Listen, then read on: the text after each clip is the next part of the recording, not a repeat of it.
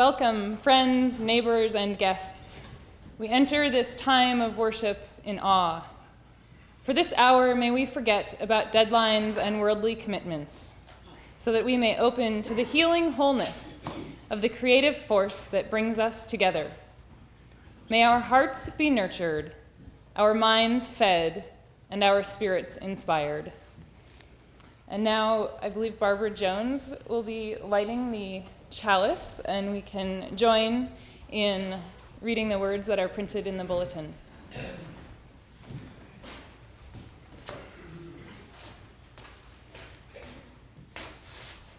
Life is a gift for which we are grateful.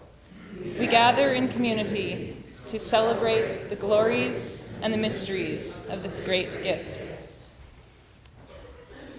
And the opening hymn is Come Thou Fount of Every Blessing, number 126 in the hymnal. Please stand as you're able.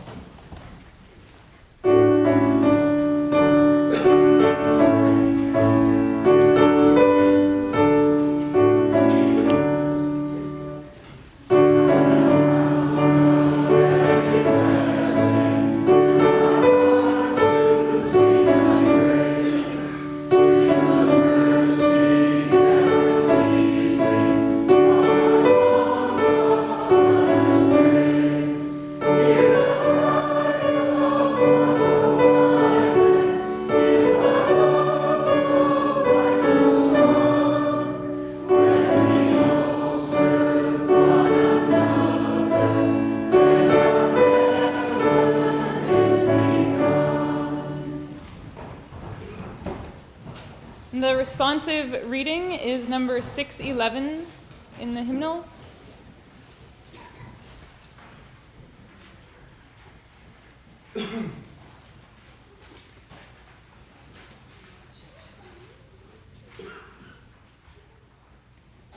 I am the self that dwells in the heart of every mortal creature. I am the beginning, the lifespan, and the end of all. I am the radiant sun among the light givers. I am the mind. I am the consciousness in the living. I am death that snatches all. I also am the source of all that shall be born. I am time without end. I am the sustainer. My face is everywhere. I am the beginning, the middle, and the end in creation. I am the knowledge of things spiritual. I am glory, prosperity, beautiful speech, and memory, intelligence, steadfastness, and forgiveness. I am the divine seed of all lives. In this world, nothing animate or inanimate exists without me. I am the strength of the strong. I am the purity of the good. I am the knowledge of the knower. There is no limit to my divine manifestations. Whatever in this world is powerful, beautiful, or glorious, that you may know to have come forth from a fraction of my power and glory. And now it is time to sing the children off to their classes.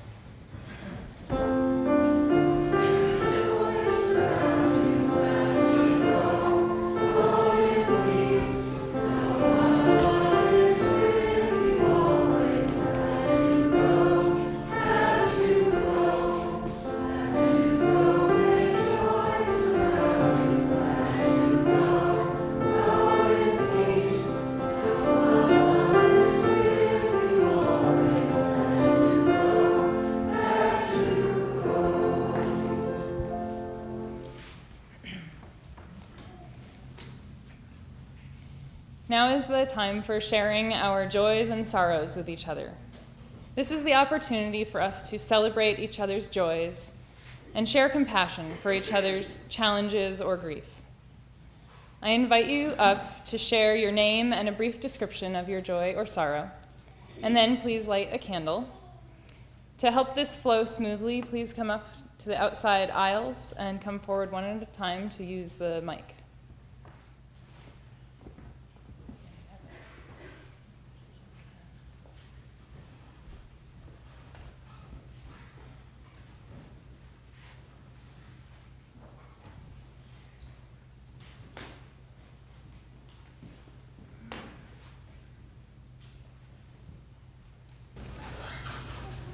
I'm Dottie Bauer. Is this on? No. Yes? No. How about you? Hey! It's my teacher's voice. I'm Dottie Bauer, and I'm lighting a candle of joy today. My daughter Jocelyn and her longtime boyfriend of 6 years from college, Matt Spencer, have decided that they're going to take the step to get married sometime.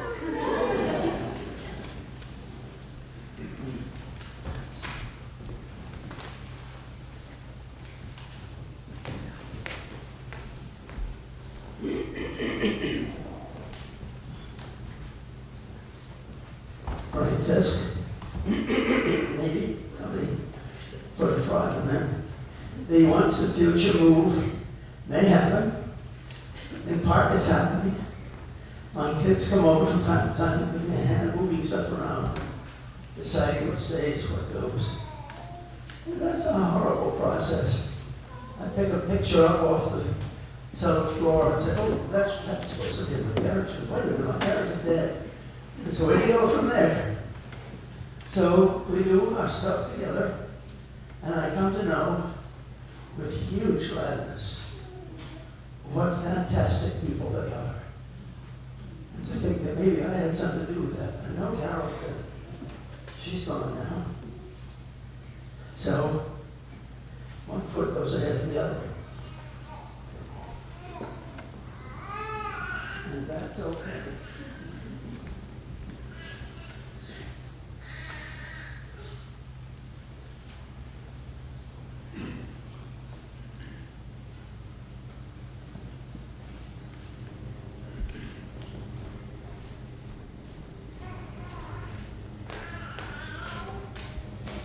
We're Lou Robertson and Tim Robertson, and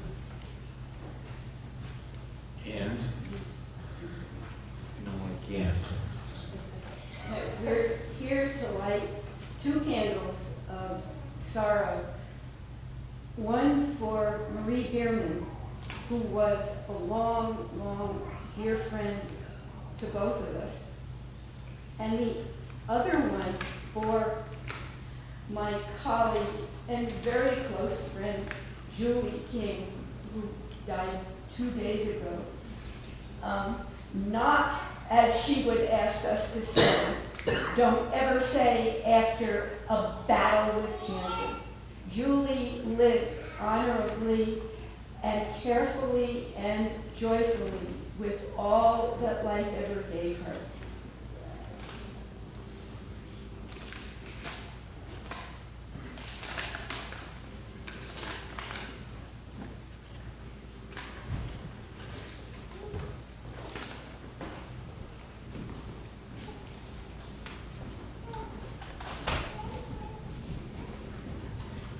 I'm Bill Hay, and 2 weeks ago today, my daughter had yet another one of my grandchildren. Hayden Hughes Cody was born November 1st, which is one day after my birthday, which was a politically astute thing for her to do. There was a rash of family birthdays at the end of October, and she managed to not land on any of them. So she kept peace probably. But, I was really glad to hear she finally made it. We had no idea when she was going to show up. So.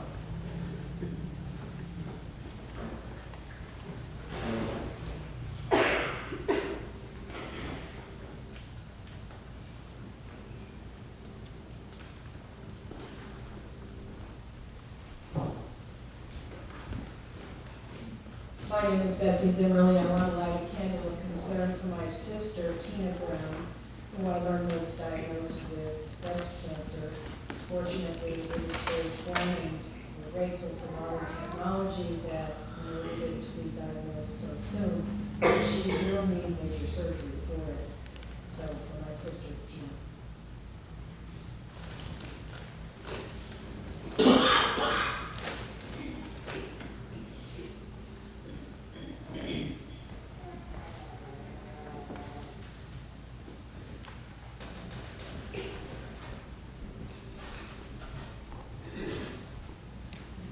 Carol Schematicus. This is a joy.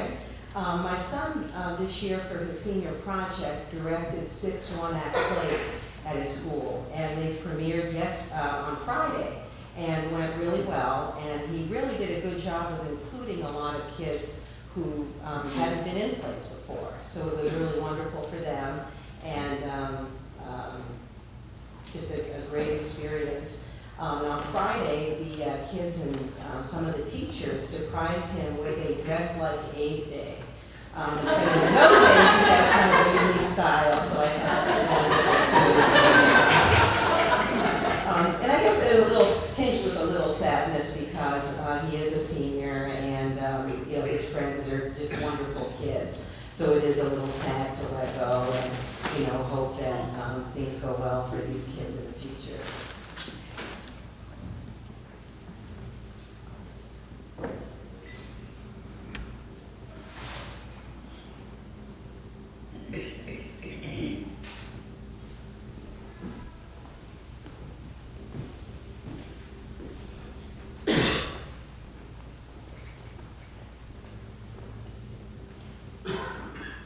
My name is Joel Whiting. I have some concerns and some joy and some sorrow. But I'd like to start with the joy. Two of my best friends are just recovering from cancer and surgery. One they're supposed to be in good shape, I hope, right? And let's see. Oh, I got here today.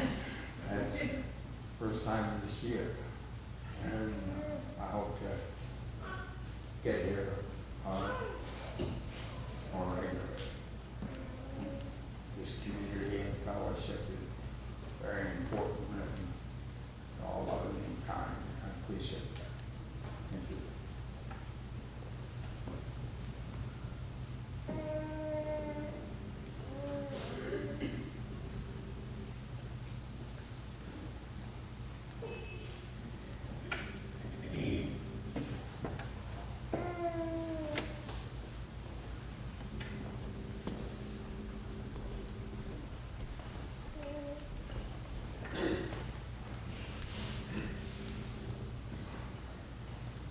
My joy is that my 5-year-old granddaughter in Texas is, my son says, the happiest one in the family. My concern is that about 2 weeks ago, she was taken again to the ER. She is considered medically fragile, and so we don't know how long we'll have her, and every day is a blessing. She is the happiest one in the family.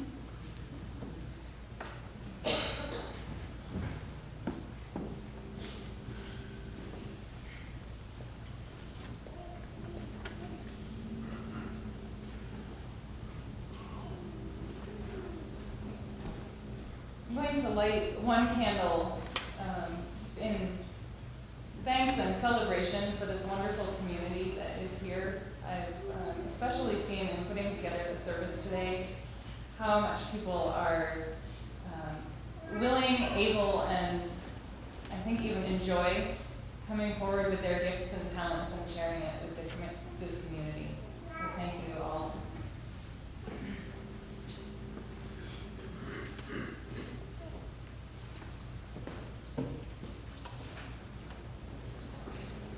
And the other candle that I light is for those joys and sorrows that are still unspoken and remain in our hearts.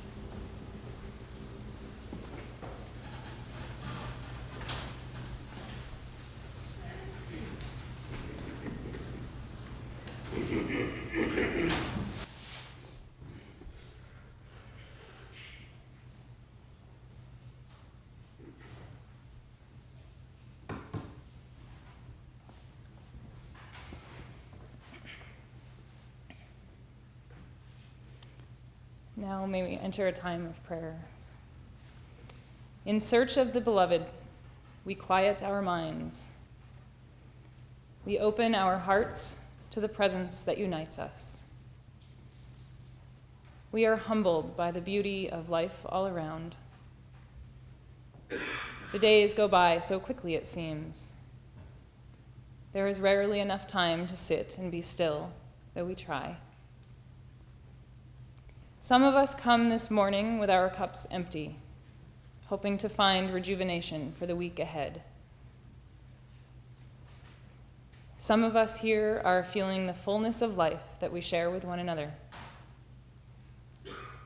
We may each have hopes and worries, love and anger, brokenness and wholeness, as we sit together today.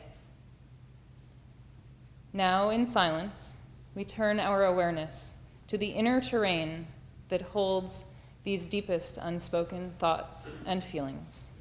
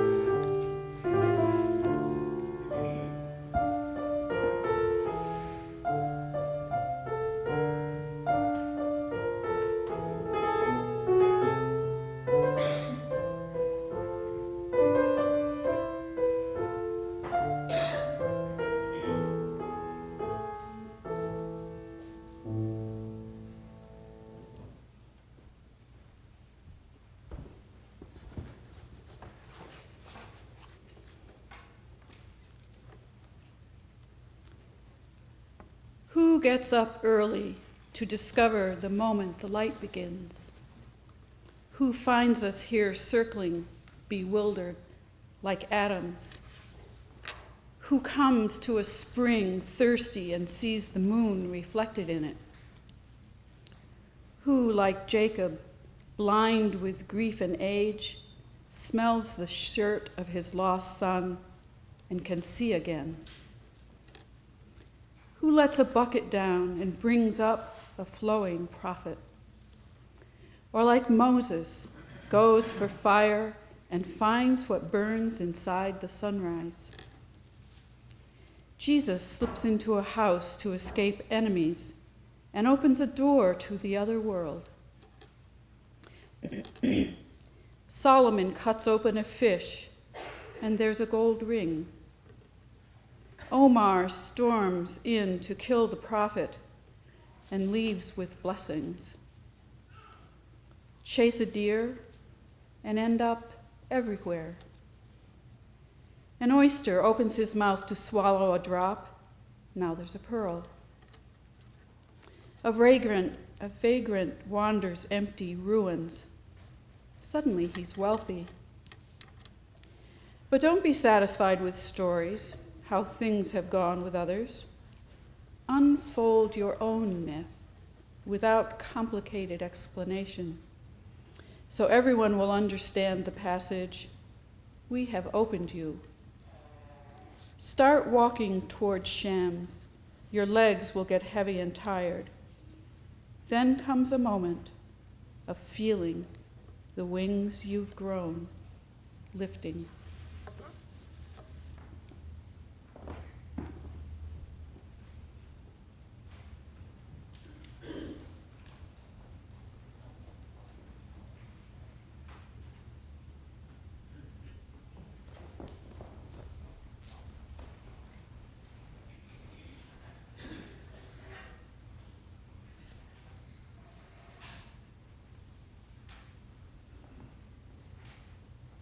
You can see in your order of service that you all are part of the next thing, even though you don't know what that is.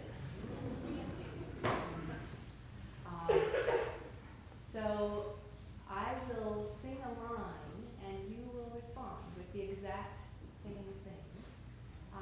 The words are very simple. They are actually in your order of service, Ose Shalom. That's all you need to know. And do you want to come down and say, do you want to say what it is or no? So Anya and Benny will stand in front so you can follow them so you know exactly when to start singing.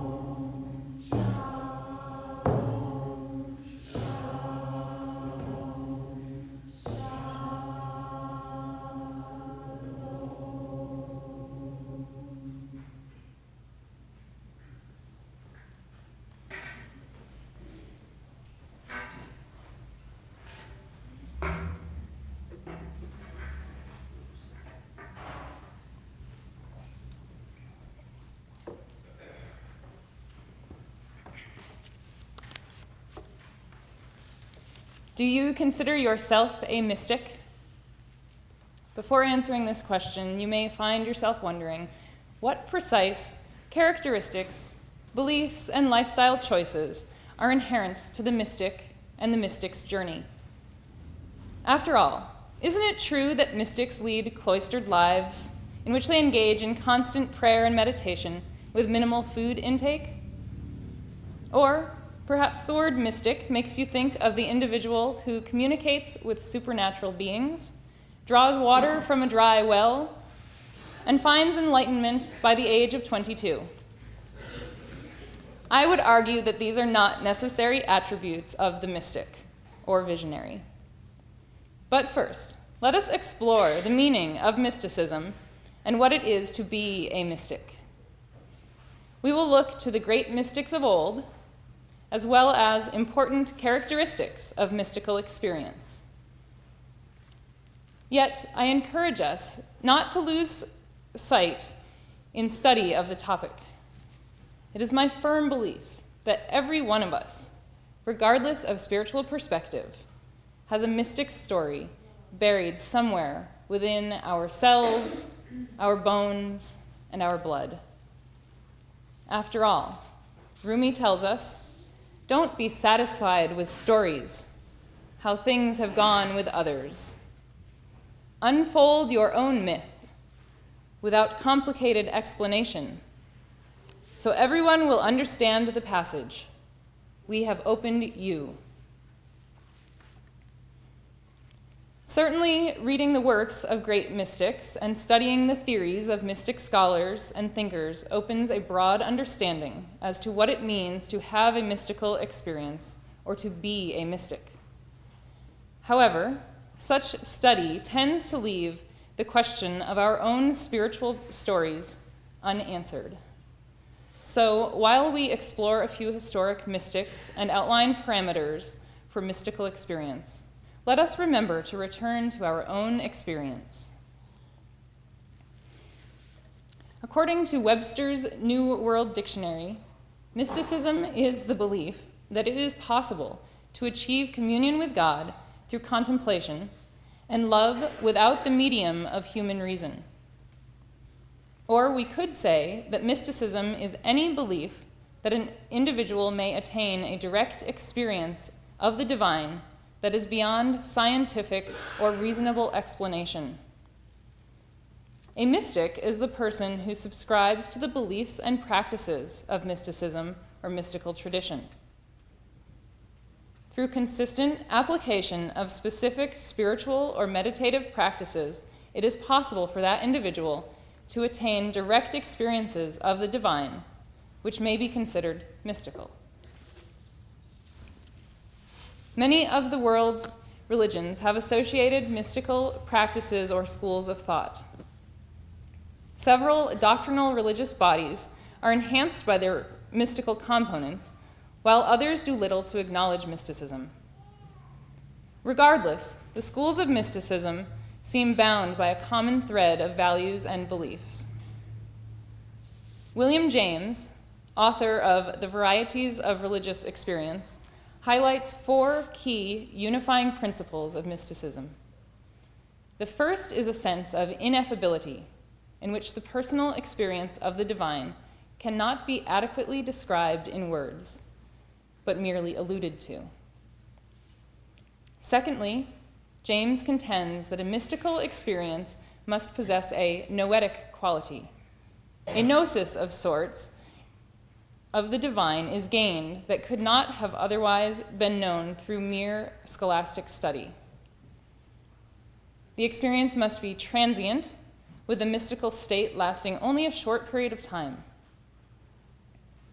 Simultaneously, the subject of the experience will express feeling they were not in control, or a sense of passivity, as if some sort of higher power were in charge of the mystical state.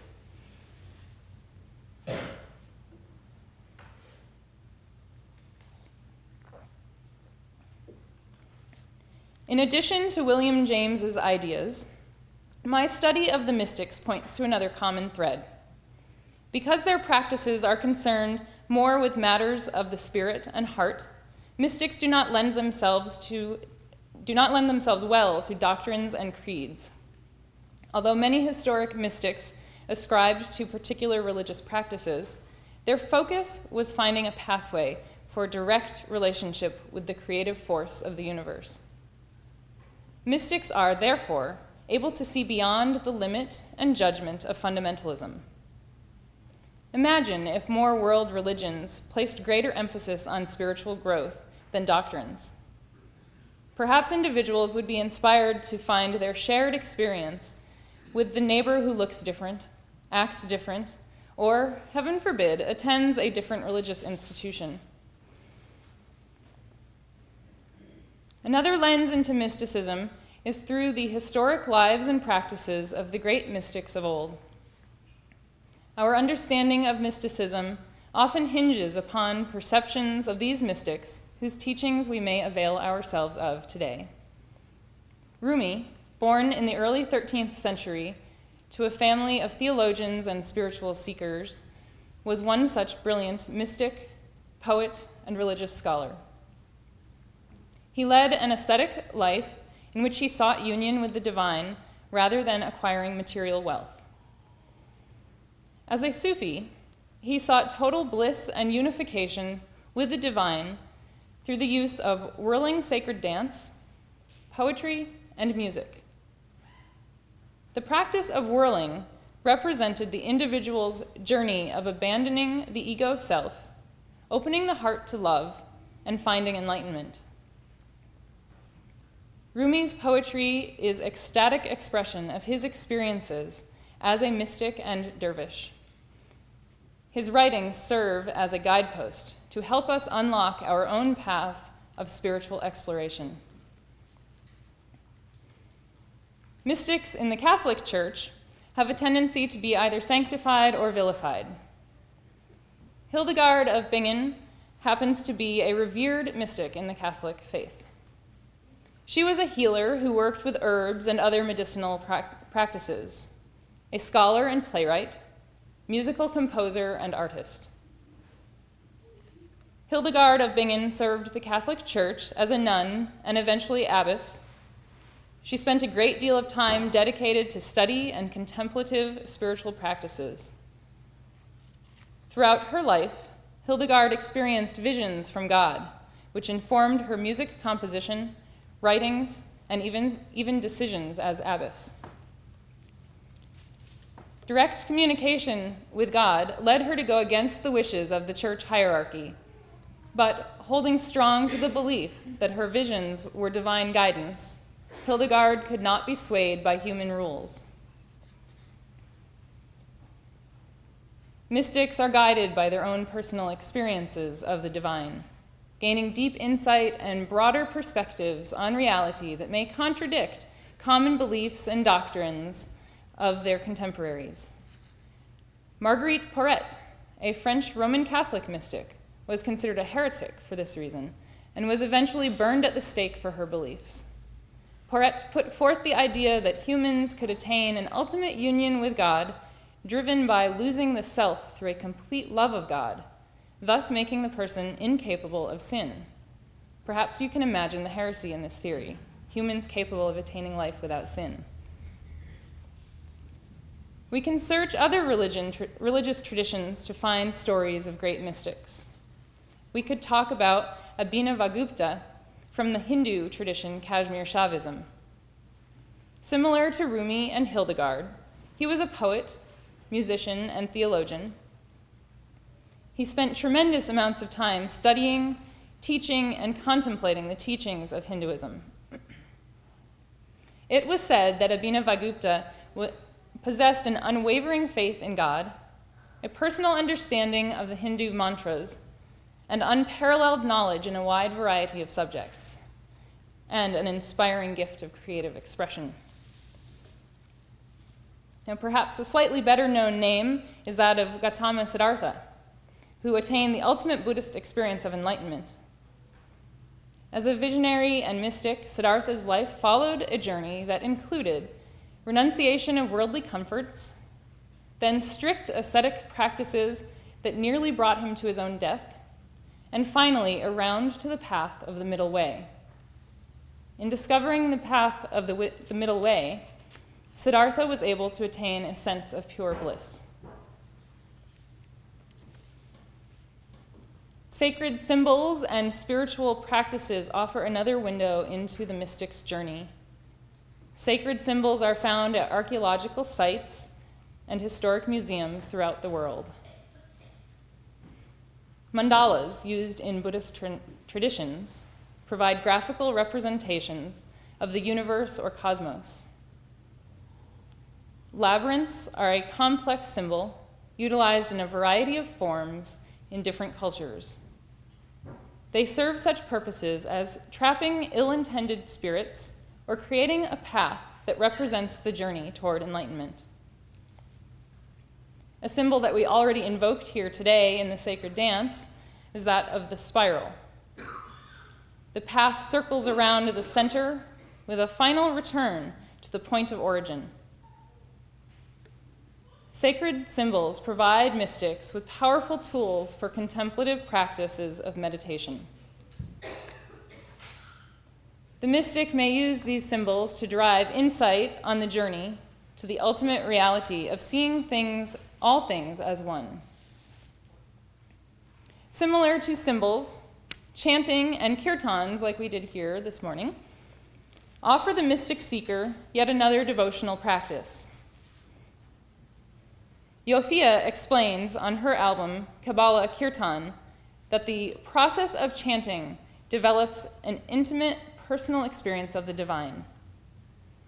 And it is said that people who utilize chanting and kirtans as a regular spiritual practice frequently report an altered awareness that may include a more open heart, third eye vision, and direct guidance from the divine.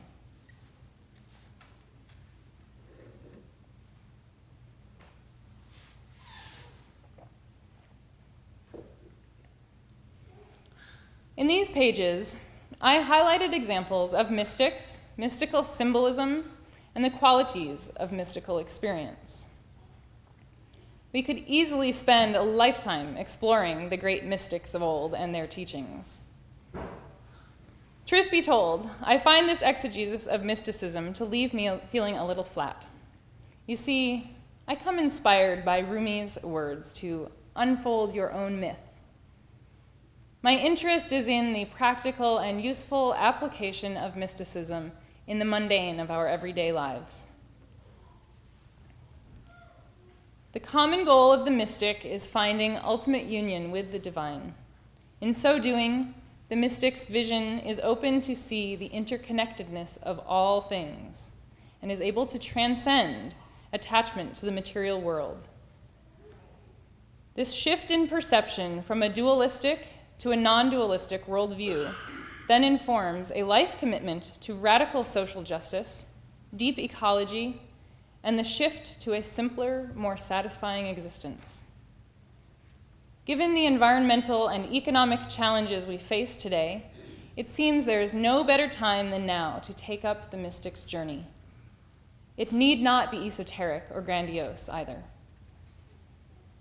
Whether agnostic, atheist, Jewish, Christian, Hindu, Muslim, Taoist, Buddhist, pagan, indigenous, or spiritual but not religious, I believe each of us possesses a unique desire for the implied spiritual exploration of the mystic. Personal experience teaches me that a healthy spiritual life is deeply connected to mental and physical health. This perspective is reinforced by author and spiritual visionary Evelyn Underhill, a British woman who wrote on the subjects of worship, mysticism, and spirituality during the early 20th century. As a laywoman, she believed that mysticism was the key to a rich spiritual life that should and could be available to anyone willing to explore that hidden part of the psyche. In this vein, Underhill established a 5-stage path of mystical growth. Stage 1 is the awakening to the reality that there is a divine unifying force in the universe. Stage 2, purgation, in which you come to see your own flaws and limitations with honesty. As a result, Underhill believed that the individual becomes appalled by his or her own nature and responds to that with focused spiritual practice. Stage 3, illumination. This occurs when the individual, as a result of dedicated self-discipline, has a new vision of reality and heaven. For instance, we become inspired by the vision of the peaceable kingdom. Underhill suggested that this may be the final stage attained by many, namely the average person who is not given to sit under the Bodhi tree until attaining enlightenment, or to live behind the cloistered walls of a nunnery. Underhill may argue that these first 3 stages are actually an unavoidable part of spiritual and psychological maturation for every person. I will suggest, however, that many of us neglect to bring our vision into reality because it seems contradictory to popular beliefs and convictions of our friends, family, and neighbors. Evelyn Underhill's stages of mystical enlightenment continue for some. Stage 4 is the dark night of the soul, marked by a sense of hopelessness and despair. I cannot help but think of Gandalf in Lord of the Rings. After battling the Balrog, we are left to think that Gandalf is slain. Later in the story, Gandalf tells us that he fell through fire and water. Darkness took him, and he strayed out of thought and time. Following Underhill's stages, I imagine Gandalf was in the dark night of the soul, a final purification on the path of mystical transformation. The last stage is referred to as union with the divine reality, in which the seeker experiences a sense of complete bliss, an expansive and utterly creative mind, and a heart that is led by unconditional love.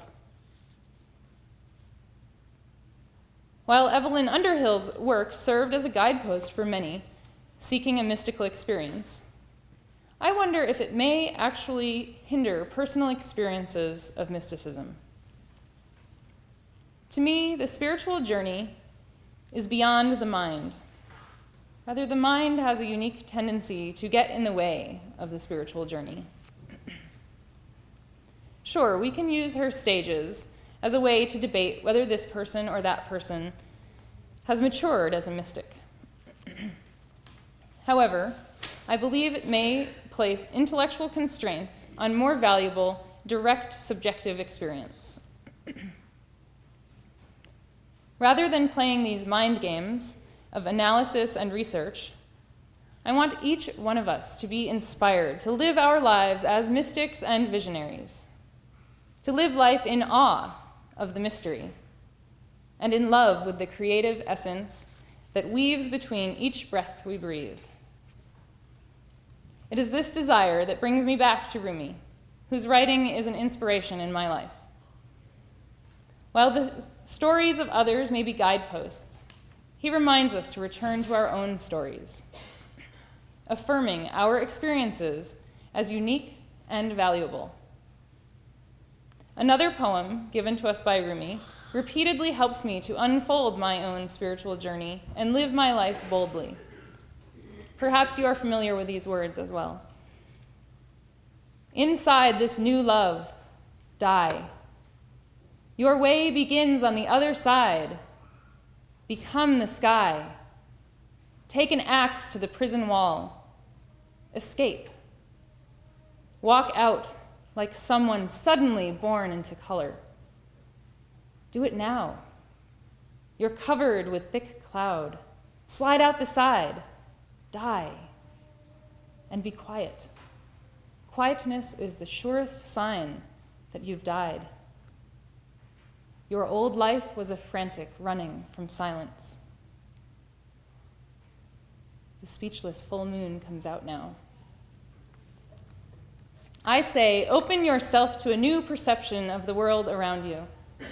Suspend disbelief for the moment and join me on a journey to the center of the universe that is all around us. We are spiraling to the center, to meet our dreams that have not yet been dreamt, to connect with the heart of compassion as wide as the ocean. To experience a healing so deep that all our fears, prejudice, and self-deprecation are washed away. We are journeying toward a gnosis of the divine, a direct, powerful, personal, yet incredibly universal experience of the divine. We are called upon this journey from the moment of our birth, perhaps even earlier. As we spiral inward, we feel a presence that surrounds us, enfolding every breath and footstep. We are returning to the center from where we first came into being. As the spiraling continues, our limiting self-perceptions meet a gentler, kinder heart of compassion, and the psyche that demands we spread our wings wider than before. The opportunities that guide this transformation may be hidden in the mundane of day-to-day lives. And this is the heart of what I came here to talk about today. Take some time to think about your windows to spiritual transformation. Is it loneliness that guides a desire to find deeper community? Frustration at your job that leads to a career change? Or an unavoidable midlife crisis? Facing the devastation of illness or death of a loved one may also create such opportunities. Events that turn our lives upside down have the capacity to bring our visionary selves out of hiding. For me, becoming a mother was one such occasion.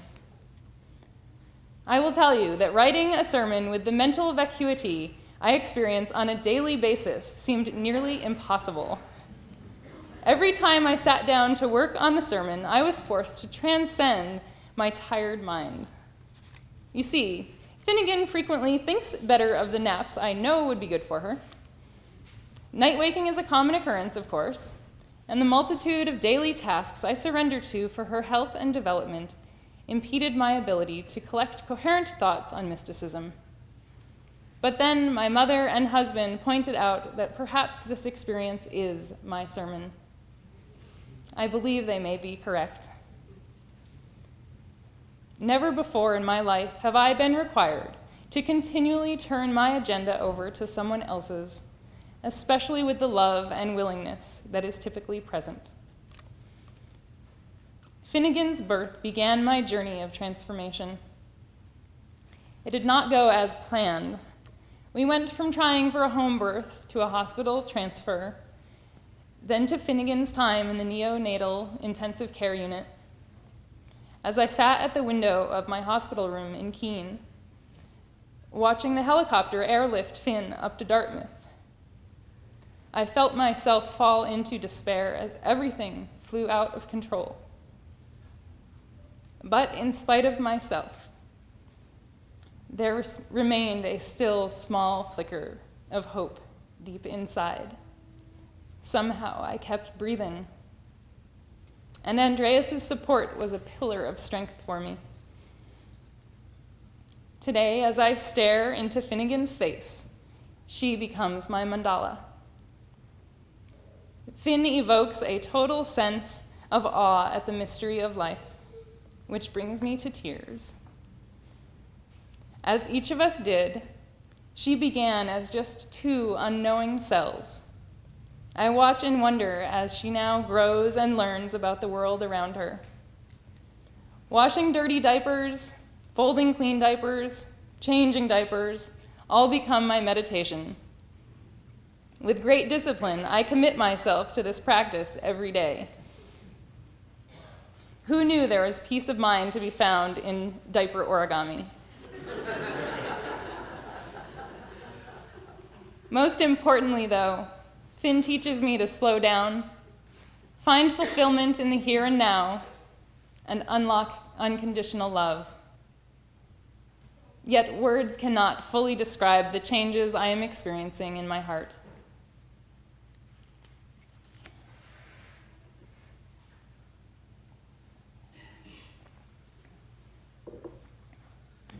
So now I find myself back at the place where I began, asking you, do you consider yourself a mystic? If you explore the events of your life and the activities of your everyday, are there moments that change you? Are there moments that force you to let go of yourself and open to the mystery of the world around you? Moments that cause you to open your heart and see the divine in and around you? Surely you each have stories of courage, strength, hope, and love that would be an inspiration for us all. Depth of community and transformation of society can only be found in sharing these stories. So, for the vibrancy of our community, please unfold your own myth and let us open you. Blessed be and amen.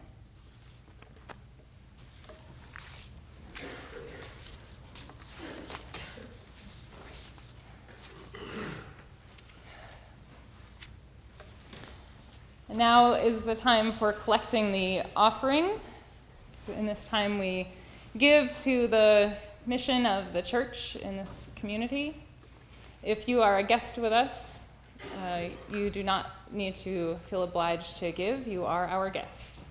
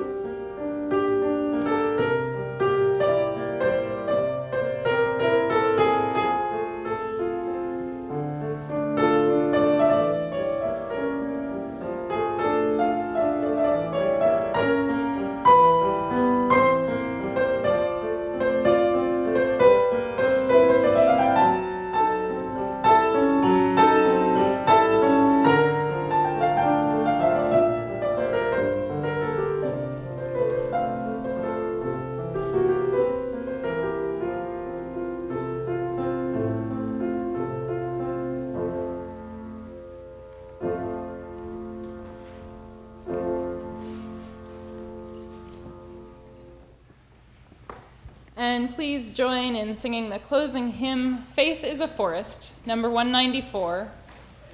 And you may stand as you're able. Life in the strength I need.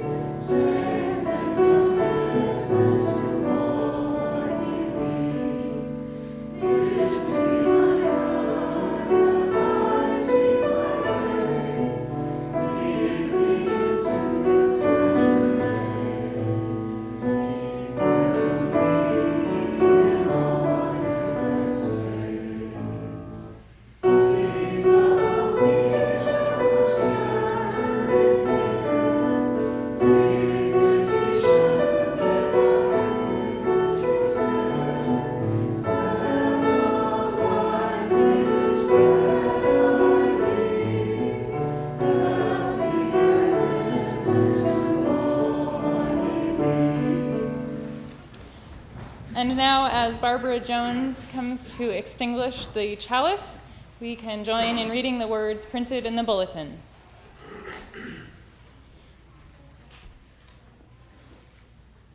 We extinguish this flame, but not the light of truth, the warmth of community, or the fire of commitment. These we carry in our hearts until we are together again. Go out into the world carrying the beauty of peace and inspiration in your hearts. May you feel refreshed in body, mind, and spirit, and until we meet again, may this time together nourish and sustain you. Blessed be.